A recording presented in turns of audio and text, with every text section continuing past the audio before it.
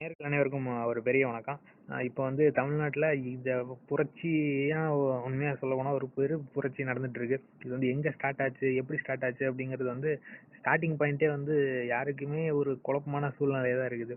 ஆனா இது வந்து ஒரு மிகப்பெரிய இளைஞர் போராட்டம்.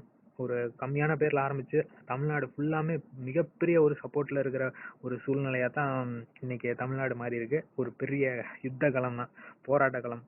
ஜல்லிக்கட்டு ஆதரிப்போம் ஆதரிப்போம் அப்படின்னு சொல்லிட்டு இதுல வந்து என்னென்னமோ ட்ரை பண்ணி பாக்குறாங்க. தமிழ்நாடு அரசு கரண்ட்டை கட் பண்றீங்க, நீ என்ன வேணா பண்ணிக்கோடா, எதுவுமே பண்ண முடியாதுடா அப்படிங்கிற மாதிரியான ஒரு சூழ்நிலை தான் நிலவிட்டு இருக்கு. அது வந்து இந்த இஷ்யூவை வந்து கரெக்டா இதை கொண்டு போனவர் வந்து ஸ்டார்டிங் பாத்தீங்கன்னா சிலம்பரசன் அவரு. சிலம்பரசன் அப்புறம் வந்து நம்ம ஹிப்ஹாப் தமிழா அவரு ஸ்டார்ட் பண்ணாரு. அப்புறம் வந்து ஆர்ஜே பாலாஜிக்கு வந்து ஒரு மிகப்பெரிய பங்கு இருக்கு.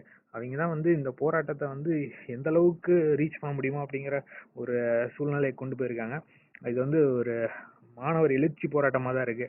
சிம்பு வந்து அவர்லாம் பேசினதை பார்த்து எல்லாம் கதறினவங்கலாம் நிறைய பேர் இருக்கிறாங்க.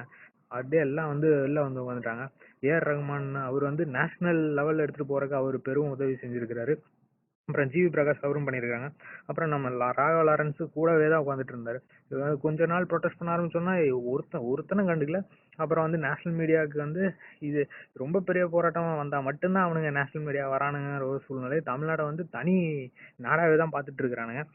அப்புறம் வந்து நம்ம புரட்சி தமிழன் சத்யராஜ் பேசியிருந்தாரு. அப்புறம் வந்து விவேக் சார், அப்துல் கலாமோட ஒரு சிஷ்யர். உண்மையாலுமே சொல்லப்போனா இப்படியெல்லாம் ஒரு சூழ்நிலை நிலவிட்டு இருந்தது. சிவகார்த்திகேயன் அவர் வந்து மெரினாக்கே வந்து டைரக்டா வந்து உட்கார்ந்தாரு. அப்புறம் வந்து பாத்தீங்கன்னு சொன்னா அந்த போராட்ட காலத்துல ஒரு போலீஸ்காரரே வந்து வேலை போனாலுமே பரவாயில்ல அப்படின்னு சொல்லி ஜல்லிக்கட்டுக்கு சப்போர்ட் பண்ற மாதிரியான ஒரு சூழ்நிலை இருந்துச்சு. அந்த மாதிரி ஒரு ஹீரோயிசம் நடந்துட்டு இருக்கிற சூழ்நிலையில நடிகர் சங்கம் அப்படின்ட்டு வந்தானுங்க. டேய் நீங்களாம் எதுக்குடா இருக்கிறீங்க? அதுவும் வந்து பாத்தீங்கன்னா நடிகர் சங்கம் கூட்டுறோம் அப்படின்னு சொல்லிட்டு எல்லாம் கருப்பு ட்ரெஸ்ல போட்டு ஏசி வேன்ல வந்து நல்லா சோறு தின்ட்டு வந்து உட்காந்துட்டு 10 நிமிஷம் போராட்டம் அப்படின்னு சொல்லிட்டு எல்லாரும் வந்து உட்காந்துட்டு இருக்கிறானுங்க. அதுவும் வந்து பாத்தீங்கன்னு சொன்னா இந்த ஆல்பம்ல அஜித் அவரு தான் பெரிய மரியாதை இருக்கு. ஆனா அங்க வந்து 2 பேரும் பல்லில் சிரிச்சிட்டு இருக்கிறாங்க.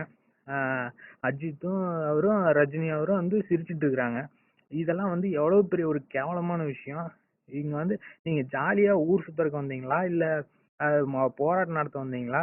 இது என்னமோ ஒரு மீட்டிங் பிளேஸ் மாதிரி கடைசியா முடிஞ்சிருக்குது. இவங்க உங்களெல்லாம் வரணுங்களை யாரு கேட்டாங்க?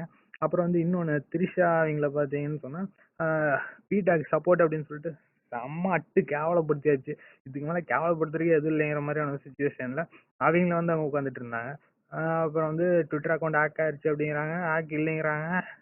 இந்த டாவெல்லாம் வந்து யாருக்கிட்டே போய் விடுங்க. இப்பெல்லாம் வந்து எல்லாம் எழுச்சி பெற்றாங்க.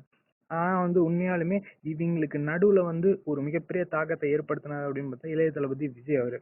அது வந்து நீங்க வந்து எந்த ஒரு ரசிகனா இருந்தாலுமே ரசிகனே இல்லைனாலுமே அவர் பண்ண ஒரு விஷயம் வந்து எல்லா தமிழ் மனசுலயும் ஒரு ஆழமா பதிஞ்சிருக்குன்னு தான் சொல்லலாம். ஏன்னா வந்து எந்த ஒரு சத்தமுமே இல்லாம முகத்தை மூடிட்டு இப்படி வந்த ஒருத்தரை வந்து நம்ம இவ்வளவு கேவலப்படுத்திட்டோமே அப்படிங்கிற ஒரு ஃபீல் வந்து எல்லா ஒருத்தருக்கும் கொடுத்துருக்காரு. ஆனா வந்து என்ன வேணா பண்ணு, நீ வந்து ஆட்டம் ஆடு, டான்ஸ் ஆடு, பால் அபிஷேகம் பண்ணு, எல்லாத்தையும் ஏமாத்திட்டு உட்காந்துட்டு இருக்கிறானுங்க.